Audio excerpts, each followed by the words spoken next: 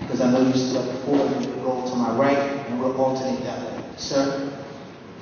I have a two-part question. It's clear from the impact statement that the new school that's coming in here is not going to be able to handle the number of students who would normally come to Beach Channel High School as ninth graders in any given year. Where will the other students go?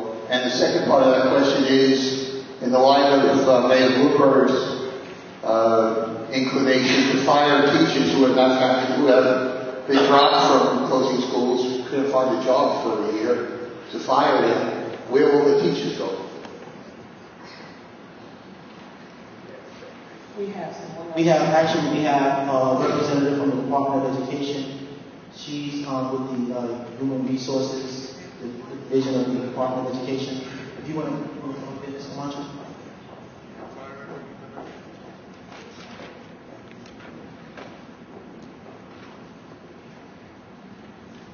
Okay, to answer that question, what would happen is, depending on the changes, but as per US regulations, what will happen is that 50% of the staff that's currently working in the school will have a chance to apply.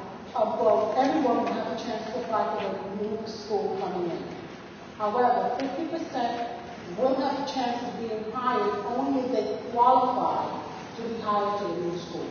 Anyone else, in April, they will be directed to go to the open market system. We are going to have an open market system, and I'm going to be here helping the teachers out on how to go online, and how to apply for all these other vacancies around the city. And they will have the opportunity to apply, get positions around the city, preferable in the high schools. And if they cannot have a position, then they will be coming to us temporarily until whatever is resolved. I'm confused. I mean, if they weren't qualified, they wouldn't be here in the first place. So what qualifies them for the new school if they qualify for independent high school? And I'm an ex-teacher. I've worked for 30 years, so I'm not new to this. Okay. Again, I do not know, and I don't know if the superintendent knows, what kind of school is coming into a phase-out in the year 2010.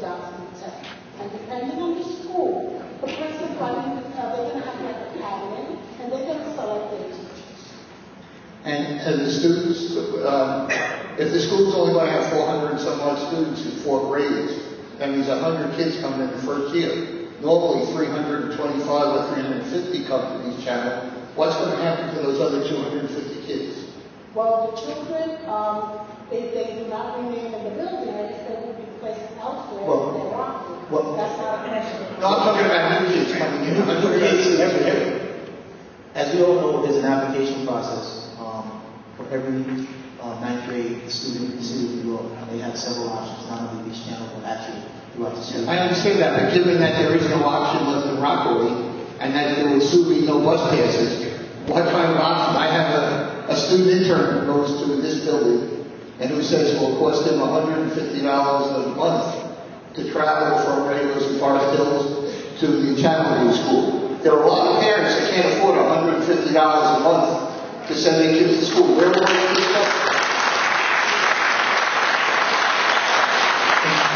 In all fairness to the question, what I do know is that, again, in September 2010, Q324 will be entering the school at ninth grade, and there is a possible consideration for a new school at this site for the 2011 school year, beginning of that. But in a more general answer to your question, I don't have the answer to that right now. But what we can do is, I'm sure we can take that back, and we'll ask the officers to go in terms of the projection. If I give you my card, can you call me? Okay, so you do support the school. You also support the school being closed, clearly. You did list a bunch of reasons why you think the school is closed. Can you please identify? Norman Scott, I am right the way, and also the editor of Notes Online and blog and blogs on education.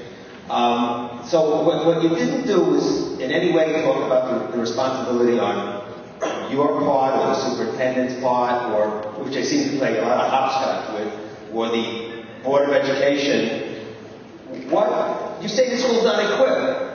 Well, doesn't exist in a vacuum. Somehow the school's not equipped. Either you're saying it's the principal, the teachers, or the students, or, which is what you're saying, because you're not saying you or the superintendent or the people at the top claim any responsibility. Now, what I want to point out, and I wrote about this in my column, 2 years ago when Far Rockaway, there was a column in the New York Times by Samuel Friedman, which he literally predicted the closing of Beach Channel because of the closing of Far Rockaway would put the exact kind of pressure on this school. And he had the article that numbers of students showed up, there was gang activity in this school, and your Board of Education, the people at the very top admitted they never won Beach Channel, they never provided the help Beach Channel needed. That was so clear. So what you're doing, in essence, is totally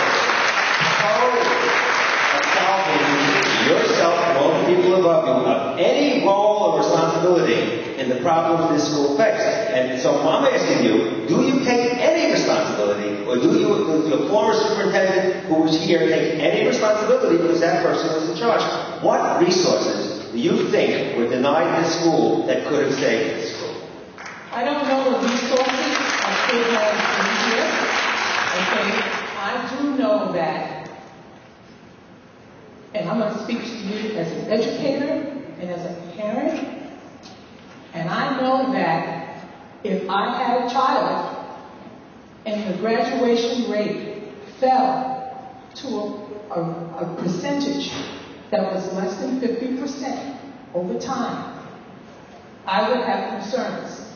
Now, you talk about responsibility and what's happened here. Let me finish, please. Please,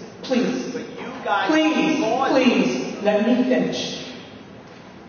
And so, with that said, we do not know about responsibility. The only thing that I can tell you is that for whatever reason, it's not happening.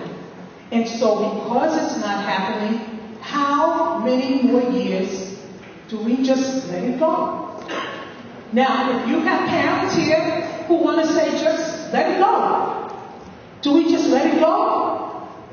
So I need to follow. And so therefore, when you talk about responsibility, the only responsibility at this point that I take is in supporting this school with information and as much as I can give them my time in terms of this process so that we can be as smooth as possible for our children.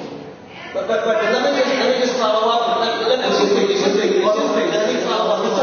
In all due respect for everyone in the audience, everyone needs to stand up. We have 2 microphones that everyone can ask their questions. If we get into a shouting match, that's not only disrespectful to all of you who are here, it's also disrespectful to the parents, and more importantly, it's disrespectful to the students. So there's a contradiction. You said that the new students would be offered something that these students are not. It's a very important point that you made. In the new school, they would be offered more individual, more smaller operation. This school could have been made, you could have turned this school and still work in that same context. Why didn't you offer more individual? Why didn't you offer smaller operation? You never offered the in this city are 50% graduate. They always have them. They've taken small schools and extracted certain students. When you influxed all the Far Rockaway students who aren't graduating, of course you affected the Beach Channel graduation rate. How do you do that? Okay, that's okay. They know about that. We did tell them. I did not change anything. Okay? So, tonight, I didn't move any kids. I didn't make any decisions for kids to be moved. And I do know that there has been some changes in things going on in the building. The bottom line is we are not where we need to be. And therefore, as long as we're not where we need to be, we have to do something for children. In terms of anything else, I cannot answer the other question. I just know that presently, because the data shows that we're not performing well enough, we have to make some changes. And that's my response to you. And I'm sorry I can't be more specific.